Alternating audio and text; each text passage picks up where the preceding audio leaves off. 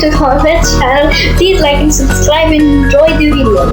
Salut tout le monde, j'espère que vous allez bien. Donc l'objectif de la capsule est de répondre à la question suivante. Comment passer un examen des SI pour les bacs STE? Commençons par une introduction. Donc l'architecture de l'épreuve de l'examen national du baccalauréat des sciences de l'ingénieur en sciences et technologies électriques est divisée en 3 situations d'évaluation. Situation d'évaluation 1, situation d'évaluation 2 et situation d'évaluation 3. Chaque situation d'évaluation s'organise en une ou plusieurs tâches. Et bien sûr, chaque tâche comporte une ou plusieurs questions qui peuvent être fermées, questions à choix multiples ou ouvertes. Donc l'épreuve comporte 4 volets.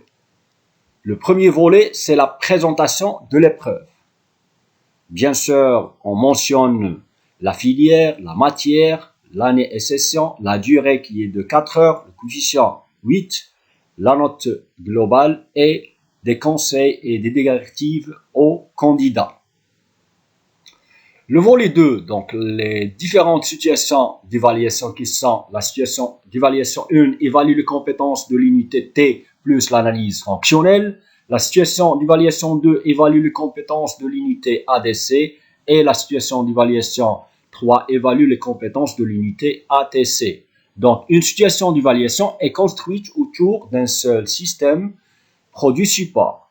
Donc, un support, vous allez voir, que peut servir de support pour une ou plusieurs situations d'évaluation.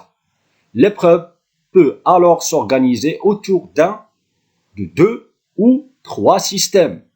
La classification suivante donne une idée sur la typologie des produits support que l'on peut adopter dans une situation d'évaluation.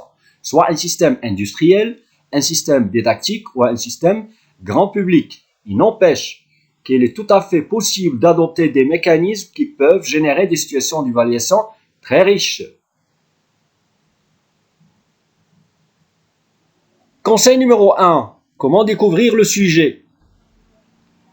Donc, vous allez prendre la première page. En haut, on écrit الامتحان الوطني الموحد بكالوريا الدورة العادية 2020 الموضوع مادة علوم مهندس et bien sûr le nom du support d'étude. Et si on détaille cette page, en haut, je répète الامتحان الوطني الموحد للبكالوريا الدورة العادية 2020 الموضوع المادة علوم المهندس مدة الإنجاز 4 ساعات et bien sûr المعامل 8. Donc essayez s'il vous plaît de vérifier exactement est-ce que vous avez le nombre total des documents. Par exemple ici on a 21, vous devez vérifier est-ce que vous avez exactement 21 documents tout d'abord. Donc le sujet va s'articuler sur 3 situations d'évaluation. La première, analyse fonctionnelle, étude de la transmission de puissance, c'est-à-dire l'unité T. La situation d'évaluation numéro 2, l'étude énergétique, c'est-à-dire l'unité ADC. Et la situation d'évaluation numéro 3, étude partielle de la chaîne d'information. Les 3 situations d'évaluation sont indépendantes. Ils peuvent être traités dans un ordre quelconque, mais je vous conseille, essayez de respecter l'ordre de la situation numéro 1 jusqu'à la situation numéro 3. Donc, les numérotations ou bien la numérotation des questions est continue de la question numéro 1 jusqu'à la dernière question. Première étape, comme j'ai dit avant, c'est de vérifier le nombre de documents, suivre les directives données dans la première page, lire attentivement les différentes parties du sujet environ 20 jusqu'à 30 minutes. Donc, le substrat du sujet et les situations sont en jaune, les documents ressources généralement en rose et les documents réponses GREP sont en blanc. Commencez toujours par l'analyse fonctionnelle, c'est obligatoire à mon avis. Bon, le dossier sera divisé en 3 blocs. Premier bloc qui est en jaune, substrat et situation d'évaluation en jaune, documents ressources en rose et le troisième bloc qui est à rendre à la fin de l'épreuve, ce sont les documents réponses qui sont en blanc.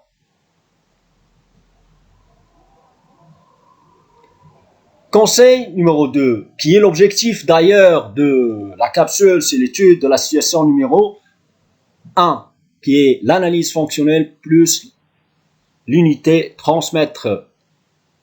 Ici, on écrit en haut l'analyse fonctionnelle étude de la transmission de puissance, qui est divisée en deux parties. La partie A, c'est l'analyse fonctionnelle, qui présente comme exemple ici une seule tâche avec 3 questions qui seront traitées en bloc. C'est un conseil de ma part. Essayez de répondre toujours aux questions de l'analyse fonctionnelle en bloc.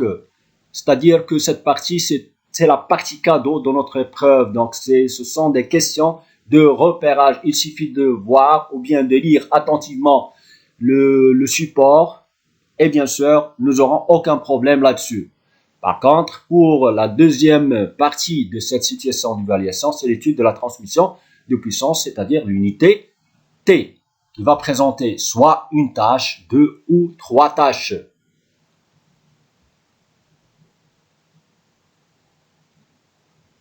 Conseil numéro 3. Comment répondre à une tâche? Je vais prendre un exemple.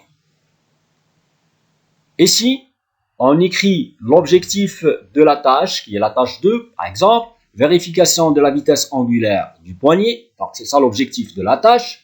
Et bien sûr, pour une tâche, on doit utiliser soit un seul document ressource ou bien 2 ou plusieurs documents ressources. Exemple ici, on a juste 2 documents ressources. Et bien sûr, la question qu'il faut bien lire attentivement et normalement, pour répondre aux différentes questions de cette tâche, nous sommes amenés à utiliser les 4 documents. Les 2 documents ressources qui sont en rose, le substrat, c'est-à-dire la question doit être traitée bien sûr dans le bloc en jaune et normalement on doit répondre sur le document réponse. Donc pour cette tâche, on est amené à utiliser 4 documents. 2 documents ressources, un document dans lequel on doit lire la question et la réponse ou bien la réponse doit être écrite dans le document réponse pour cette tâche. Conseil numéro 4.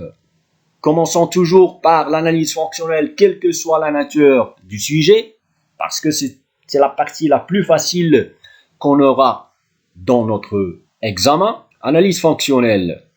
Généralement, pour cette partie, nous sommes amenés bien sûr à manipuler les outils de l'analyse fonctionnelle qui sont bêta-corps, diagramme pieuvre ou bien diagramme des interactions, l'analyse interne SADT et FAST et la structure fonctionnelle du système technique, la chaîne d'énergie et la chaîne d'information. Donc, et si vous vous rappelez, donc j'ai une capsule qui traite exactement les différents outils de l'analyse fonctionnelle que vous pouvez avoir dans ma chaîne.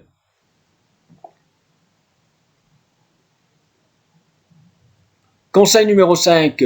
Comment traiter l'unité transmettre?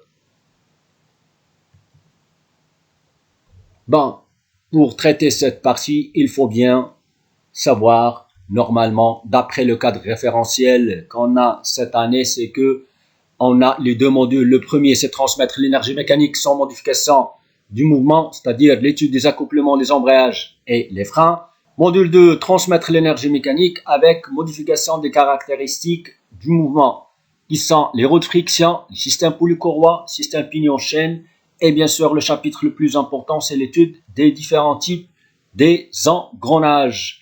Et on finira ce module par les trains d'engrenage simples ou ordinaires. Et à la fin de l'épreuve, nous sommes amenés à traiter un travail graphique qui peut être soit une représentation orthogonale d'un élément sous forme de vue, coupe, section ou bien la réalisation de la liaison fixe encastrement. Conseil numéro 6, étude d'une chaîne cinématique. Bien sûr, dans notre sujet, on aura quelques études cinématiques et énergétiques. Par exemple, ici, on nous donne le synoptique et les caractéristiques du système à étudier.